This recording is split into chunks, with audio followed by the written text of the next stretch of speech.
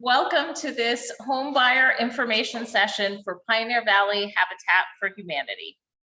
Pioneer Valley Habitat for Humanity builds homes in Hampshire and Franklin counties for people with low incomes. We keep our costs low by building simple homes using as much volunteer labor and donated materials as possible. But it still costs money to build homes. So we sell the homes to families who are in need of housing with an affordable mortgage. The main topic of today's information session is to explain how to apply to purchase a Habitat home. We'll start by spending a few minutes describing our current project, but then we need to get into the information on applying. And since this is a recording, you won't be able to answer any questions. We won't be able to answer any questions live, but we hope that you will contact us by phone or email if you have follow-up questions. And over to you, Anand. Pioneer Valley Habitat for Humanity will be building 3 zero-net energy possible homes on Burt's Pit Road in Northampton. The homes are in a suburban rural area of Northampton. It is not easily accessible by public transit, but it's just a few miles from downtown by car. The homes are within walking distance of the Rocky Hill Trail and Parsons Brook Conservation Area. The homes will be clustered on a shared driveway but will have their own small private yards. The 3 Habitat homes are part of a 10-building lot development. Habitat is building on 3 out of the 10 lots. Another developer will be selling affordable homes for people earning up to 80% of the area median income on some of the neighboring lots. Habitat is not involved in the selection of buyers or sale of those homes. However, stormwater management will be shared with the other neighboring houses. The Habitat homes at Broughton's Meadow include a 1-bedroom, about 800 square foot, 2-bedroom, about 900 square foot, and 3-bedroom, about 1,000 square foot home. These small homes are designed by an award-winning local architect to maximize the small space. The homes will be built to Energy Star standards, have solar panels, and will be heated with an air source heat pump. Outdoor storage in an attached shed will be provided. The home will be built on a slab, so there will be no basement storage. There will also be no attic storage since the attic will be reserved for insulation. Washer and dryer hookups and an option for a dishwasher will be provided. All 3 homes are 1-story and easily adaptable for someone in a wheelchair. Disabled persons are entitled to request a reasonable accommodation. The building team at Habitat makes all construction decisions. We don't build custom homes, but we will make reasonable accommodations for someone with a disability. Home sale prices will not exceed $170,000 for the 3-bedroom, $150,000 for the 2-bedroom, or $130,000 for the 1-bedroom. The final sales price and mortgage term for the homes will be set to ensure that your monthly housing costs at closing do not exceed 30% of your income at the time you buy the house. The home will be permanently restricted, so you can't sell it for a bunch more than you bought it for, but you do gain equity by making mortgage payments. So what does it cost to be a homeowner with Habitat? If you become a homeowner, your monthly housing payments will include mortgage principal and interest, real estate taxes, and homeowner's insurance. The average Habitat monthly payment is between $600 and $1,200 per month. Your mortgage payment will be fixed, but taxes and insurance can go up over time. This monthly payment does not include the cost for water bills, snow removal, or home repairs. State housing subsidies cannot typically be used towards a Habitat mortgage, such as a Section 8 rental voucher. If you have rental assistance, please talk with the agency providing the voucher to see if they have any programs for using this towards a mortgage payment. Our selection criteria, Habitat for Humanity looks at 3 categories when reviewing applicants and making a final selection of their partner families: housing need, income and ability to repay, and willingness to partner. With regard to housing need, inadequate housing could mean that your current housing has structural issues, problems with water, electrical, sewer, and/or heating systems, unsafe or unhealthy living conditions, inadequate space for the number and sex of the members of your family, or that your current housing costs are excessive, more than 35% in relation to your income, or that you can't afford. We also have an asset limit. If you have assets over $75,000, you're not eligible, and you must be a first-time home buyer. The definition we use for this is a lot broader than you think. Anyone who hasn't owned a home in the last 3 years is considered a first-time home buyer, as are displaced homemakers. Please ask for clarification after the session or get in touch with the Habitat for Humanity office if you're worried about being disqualified because of this requirement. The second criteria is income and ability to repay. Repayment is necessary because you're buying a home from Habitat, so you must show an ability to repay a mortgage. We will also be asking you to apply for a mortgage from a local bank after being accepted by Habitat into the program, and they will need similar information to show your ability to repay. Ability to repay may be demonstrated in several ways. Do you make more than the minimum income required for a Habitat house? Do you have a history of making payments on time for rent and other obligations? This payment history will be seen on the required documents you will provide at Habitat when you submit your application. We will go over the required documents in a few minutes. These documents and your application will be reviewed by the Habitat Selection Committee and the bank you get your mortgage from. Habitat sets income guidelines based on the HUD median income, depending on family size. The minimum income varies with the family size. So for a single person or household of 2, the minimum income is $25,000 per year.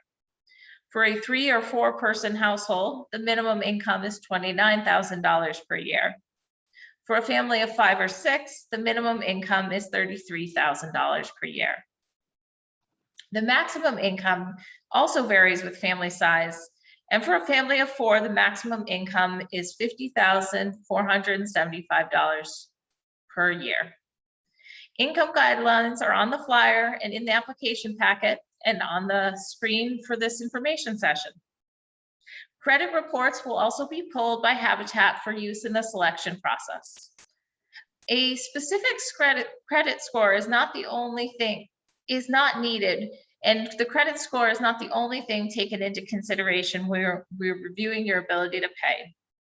If you have delinquencies or judgments on your credit report, it's okay, but the committee is looking to see that you have worked with your creditors to pay back any judgments or that you have brought any previously delinquent accounts back to a current status.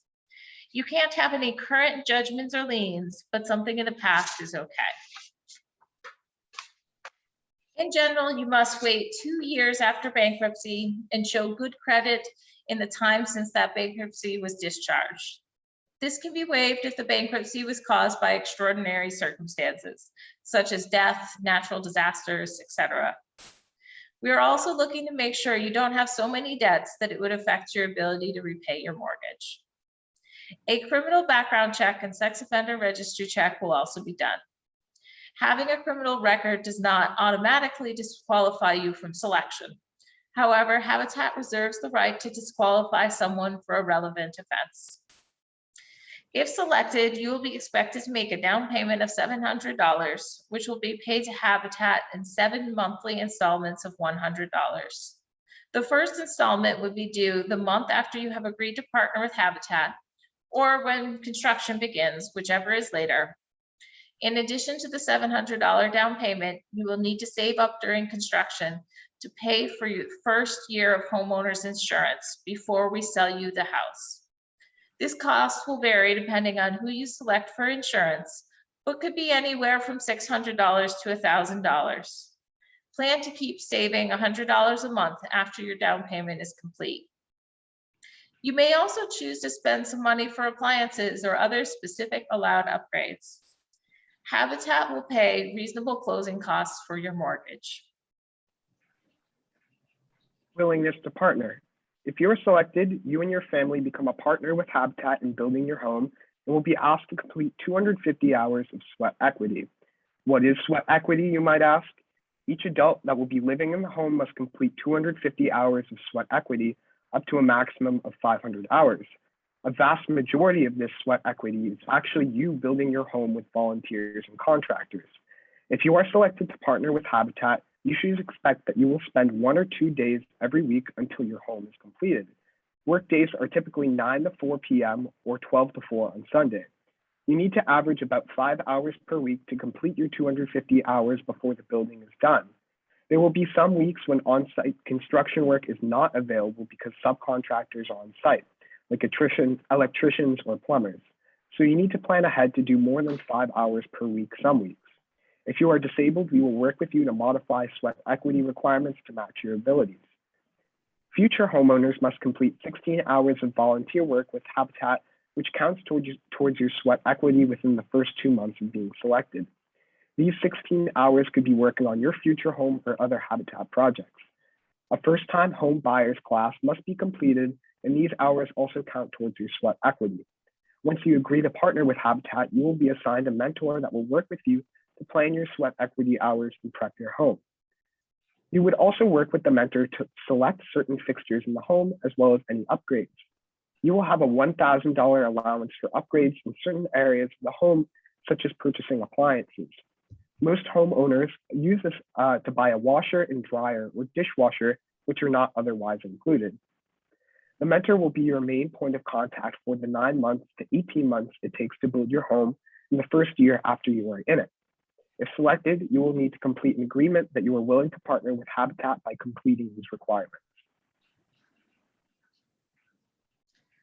So the application process is something we're going to go over in a minute, but I'm going to stop this presentation so that I can pull up the application itself and go over the different parts of the application.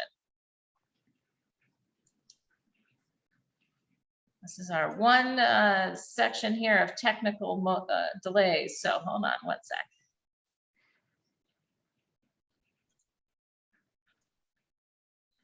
All right, so hopefully now you're seeing on your screen the first page of our application packet. The application packet has lots of useful information, including when to attend information sessions, and some highlights about the homes that we will be building. The next part has a letter that explains the application process. So if after this session you're wondering about some of the steps in the process, please take some time to read this letter. Then the actual application form itself begins. Section 1 of the application is focused primarily on your contact information and general demographics. Who's in your family and who's applying to be a homeowner. An applicant would be yourself, and a co-applicant would be someone who's going to live in the home and you would like to own the home with you. So in the example of a married couple, that might be a husband and wife, or it could be 2 best friends who want to go in on buying the house together. We don't decide who your family is. But the applicant and the co-applicant are people who intend to live in the house and be future homeowners. You'll also note right above section 1 at the very top of the application is where to drop off your application. We'll go over that later, but I just wanted to remind you that you can find that information right in the application. So section 1, fill out your demographic information, where you live, and information about any dependents or other people in your household. Section 2 is for the office to use. You just skip that. Section 3 asks you to commit to doing sweat equity. And don't forget what Anand said about making modifications for people with disabilities. So you just need to have a willingness to partner, and we'll work with you on making a sweat equity plan that is appropriate if you have a disability. Then section 4 is asking about where you live now. So this is not how many bedrooms you want to have, but how many do you have in your current housing situation, and a few questions describing where you're living now. Section 5 might seem like a funny section. It's asking if you already own a home or already own land. For most of our applicants who are first-time home buyers, they'll answer no. But if we don't ask, then we don't know. So please disclose if you already own a home or any land and that would count towards the asset limit that we have. Section 6 is asking about current and recent employment. So if you have a job where you get wages, please fill out information about that job. And if you've been there less than 1 year, about your last employer as well. This information is needed from both the applicant and the co-applicant. Another general tip when filling out the application overall is if there is a section that doesn't apply to you, don't leave it blank. Write not applicable or none. So for example, if you don't have any, if your co-applicant isn't working, write none for current employer. If they stay at home or perhaps they have disability income, you can fill that in here in section 7. But don't leave any section blank, just write NA or none if it doesn't apply to you. We look at all sources of income when determining your eligibility, and we're interested in seeing the income from both the applicant, co-applicant, if there is one, there's no requirement to have a co-applicant, and any other adults in the household. So please list income from all adults in the household, and then tell us whose income is listed in the chart above. Section 8 asks you about the source of your down payment funds. Habitat asks for a very low down payment of only $700, and we pay the closing costs. So the only other cost you have is to pay for your first years of homeowners insurance, but that can be $600 to $1,000. So we want to make sure that you're thinking about how you're going to come up with that money. So please answer the question number 8.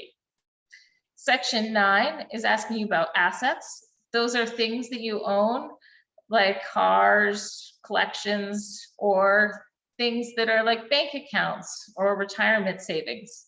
Please list all your assets here. We're also in section 10 going to ask you about debt. That's who you owe money to. So it asks about things like motor vehicle and boat and furniture here under debt, because they're asking if you have a loan in order to pay for one of those things. So perhaps you own a car and you have a monthly car payment, or perhaps you have a balance on your credit card and we want to know what the minimum monthly payment is. These debts will also show up when we run your credit report, but it's important to list them out here so that we can cross-reference the credit report to your application. The next section, part of section 10 after debt, is your monthly expenses. So these aren't regular debt payments, but the other things you have to pay each month, like rent and utilities. And this is asking about your current monthly expenses, not your projected mortgage payments after you buy a house from Habitat, but what you're currently paying for rent or utilities. We hope that you'll pay very little for utilities if you move into one of our houses. Section 11, declarations, is a series of yes or no questions that were required to have applicant and a co-applicant, if there is one, answer yes or no. If anything needs explanation, you can write it in the box below. And there's certainly lots of gray areas with the answers to some of these questions. So just answer truthfully and explain your circumstances to us. Section 12, authorization and release. This is important to sign and have your co-applicant sign if necessary, that you're authorizing us to review this information in your application, run a credit check, and do a sex offender check in some of that other background.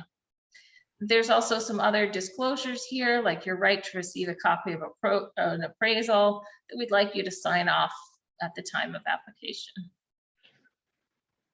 Section 14 asks about demographic information, which is important for making sure that we serve a wide variety of people from many backgrounds and that we're performing our duties towards fair housing. But you can also check the box, I do not wish to furnish this information.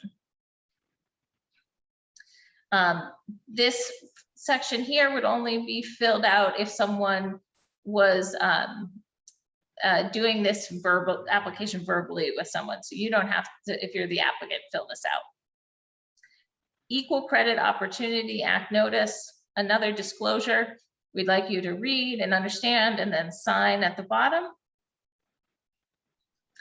And then we get to the list of required information. Information session, you're listening to a recording of an information session. So if you've listened through this recording, you can check yes to the first question because you're going to watch this recording on YouTube. If you've completed the application, you get to check this box.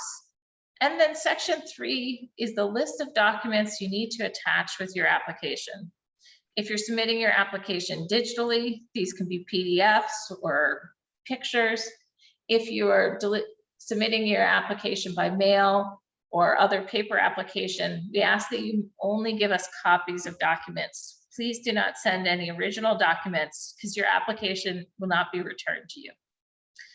But go through the list carefully, checking off each one, both you and your co-applicant, and then sign when you are complete that you gathered the information and filled out the application truthfully. We'll go over this in a minute, but right here in the application packet is where you can submit your documents. And then there's a little more helpful information. If you were wondering about those income guidelines, again, they're here in the application packet. And then there's a little bit of a refresher about the property itself, the houses, and the habitat process. So that sort of rounds out the application packet. The application packet is also available in Spanish. So we have it translated in English, in Spanish, and if you need another language, we would get an interpreter to work with you on filling out the English version of the application with help from an interpreter. So please contact the office if that's something you need. Thanks, Megan. Yeah, no problem. So let's talk about the application process. What happens now that you've filled out the application? First, once your application's been received, the Family Selection Committee application reviewers will look to see if your application is complete and they will review your credit history. After this initial review, applicants that do not meet the habitat selection criteria will receive a letter explaining why they've not been selected. Those that do meet the habitat selection criteria will also receive a letter requesting additional information if that's necessary. It's very important to respond promptly to requests for additional information. Failure to meet the deadlines that are asked for information can disqualify you. Next, what happens is a virtual home visit. After any additional information is gathered and reviewed, home visits are scheduled.